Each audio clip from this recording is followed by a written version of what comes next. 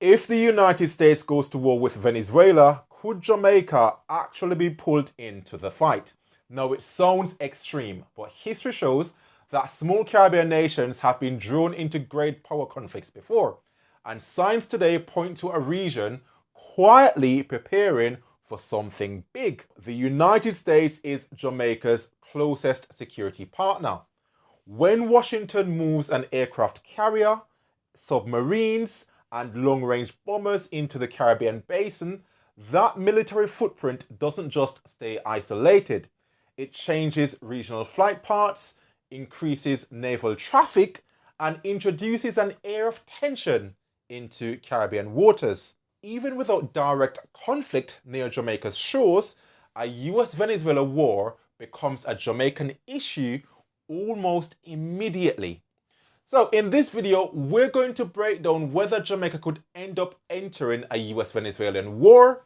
We'll look at the growing US military footprint around the Caribbean, Washington's deepening partnership with Trinidad and Tobago, and how all of this could corner Jamaica into choosing a side. But first, over 90% of you watching this channel still haven't subscribed. Now, subscribing is free, and it's the one thing you can do to help us grow. So please subscribe to help us to get to our next target of 100,000 subscribers. Thank you very much. Washington has deployed its largest force presence in the Caribbean since the 1980s. Now that includes aircraft carriers, multiple warships, submarines, and long-range aircrafts. Even more significant is the quiet buildup in Trinidad and Tobago. The US is now using Trinidadian territory for intelligence gathering, equipment staging, and counter-narcotics operations. Now, on paper, they claim these moves are unrelated to a war. But in reality, this is exactly how pre-war logistics look. Now, if Trinidad is becoming Washington's southern forward base, Jamaica is positioned as the northern launch corridor. Now, that alone makes the island a strategic interest and potentially a strategic tool for the United States. The real question becomes, how long can Jamaica stay on the sidelines before external pressure, economic consequences, or diplomatic realities forces it into the conflict? The presence of US military operations in the Caribbean isn't hypothetical. It is happening right now. US naval vessels have increased their involvement in Caribbean waters. Surveillance aircrafts are patrolling the region. Ships entering certain zones are being intercepted, questioned, or redirected. And Trinidad and Tobago's cooperation is the biggest signal that Washington is building a southern operations hub. Now, when the United States secures staging areas in one Caribbean country, it almost always pressures neighboring countries to coordinate or support the mission for regional security. Now, Jamaica is too close, it's too strategically placed, and too closely tied to Washington to avoid that conversation. So, what could the United States likely ask of Jamaica? As I see it, I see 5 things. First, overflight permissions for fighter jets or surveillance aircraft. Second, port access for refueling or resupply. Third, intelligence sharing under the banner of counter-narcotics. Fourth, permission for US vessels to operate close to Jamaican waters. And fifth, use of Jamaica's airspace as a safe north-south transit corridor. None of these are technically joining the war, but once granted, Jamaica could be considered a cooperating partner in the conflict. This is how involvement begins, not with soldiers on foreign soil, but with permissions, logistics, and intelligence. But could Jamaica actually send troops on the ground in a potential invasion by the United States? Now, people assume that the idea of Jamaicans sending troops is impossible, but Jamaica has done this before. In 1983, during the Grenada intervention, Jamaica participated in a US-backed military operation as a part of a broader Caribbean coalition.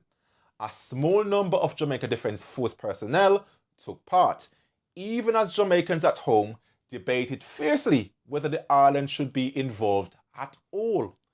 The question is, could that pattern repeat itself? Now, realistically, while it can't be ruled out, Jamaica is unlikely to send troops into active combat zones in Venezuela. The JDF is a capable force, but they're small, and perhaps would not be deployed into frontline conflicts between major powers. I think there are three real scenarios where Jamaica could still put boots on the ground. The first scenario is Jamaica could be asked to participate in a peacekeeping or a stabilization force. If the United States topples the Venezuelan government and invites Caribbean partners into a post-conflict stabilization mission, Jamaica could be pressured to contribute engineers, medics, infantry units, just as it did in Haiti and Grenada. In the second scenario, Jamaica could join a CARICOM-endorsed mission. If regional unity fractures and some Caribbean states support intervention, Jamaica may face immense diplomatic pressure to not appear isolated, and in scenario 3, to show symbolic support. Even a platoon-sized deployment, 20 to 30 troops, would allow the United States to portray the war as a regional coalition effort. In this situation, symbolism might matter more than just numbers. In every scenario, Jamaica's involvement will be less about military power and more about political optics. What the world will see is a Caribbean partner supporting US action, and what Jamaica experiences is becoming a part of a war that it didn't start. Now, could Jamaica say no? In theory, yes. In practice, this would be extremely difficult, and here is why. The United States is Jamaica's biggest trading partner. Jamaica also relies on the US for security assistance. The US dominates the region's air and sea routes, and Washington has already secured cooperation from Trinidad, Guyana, and other countries. Refusing a US request could risk aid, intelligence sharing, or economic support during a crisis, like we've seen with Hurricane Melissa.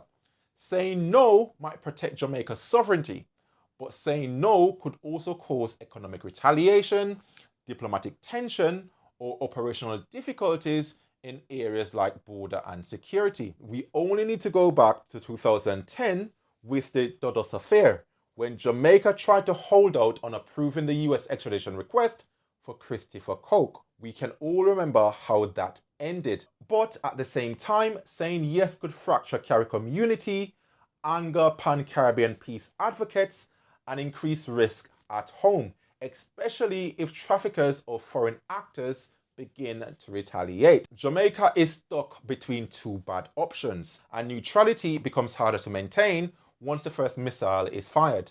So the question is, could Jamaica actually enter this US-Venezuelan war?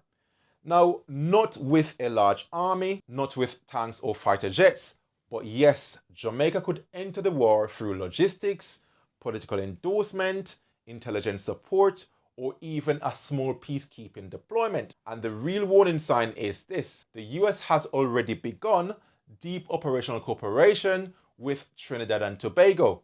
Once the first Caribbean country becomes a staging area, the others are going to be pulled into the orbit. Jamaica may soon have to answer a question it hasn't faced since Grenada. Will it stand firm on neutrality or join a US-led coalition in the name of regional security? So here is the question for you. If a US-Venezuela war breaks out, should Jamaica refuse all military cooperation, even if it risks economic fallout, or should it stand with the United States to avoid diplomatic and financial pressure? Drop your thoughts in the comments. And don't forget to subscribe, because we're going to be covering this topic in a lot more detail in the coming weeks. Thank you, and I'll see you on the next one.